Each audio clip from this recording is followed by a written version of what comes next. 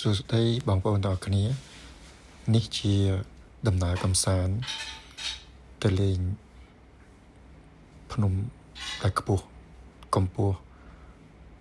មក2000ជាងម៉ែត្របងប្អូនហើយជាកន្លែងដែលគេធ្វើស្ពានកញ្ចក់នៅពីលើកំពូលភ្នំដែលខ្ពស់ជាងគេនៅប្រទេសវៀតណាមតែពួកខ្ញុំបានដើរលេងកំសាន្តនៅទីនោះព្រមទាំងមានបទពិសោធន៍ជាមួយនឹងការដើរនៅលើកញ្ចក់ដែលមានកម្ពស់ខ្ពស់បំផុតនៅលើខ្នងភ្នំបងប្អូនបាទមានគ្រប់ជនជាតិបាទតែទៅលេងទីនោះរួមទាំងនឹងក្រុមពួកខ្ញុំផងដែរបទពិសោធន៍នៅទីនេះបងប្អូនពួកគេប្រទេសវៀតណាមគេមានគំនិតបង្កើតនៅស្ពាននេះដើម្បីស្រូបទាញយកភ្ញៀវទេសចរជុំវិញពិភពលោកទៅទស្សនា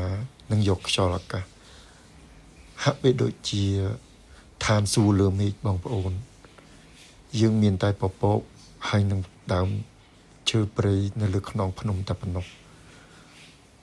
នេះជាភាពអស្ចារ្យមួយដែលប្រទេសវៀតណាមគេកសាងស្ពានកញ្ចក់នេះឡើងដើម្បីឆក់យកបេះដូងអ្នកទេសចរជុំវិញពិភពលោកដូច្នេះសូមបងប្អូនទស្សនា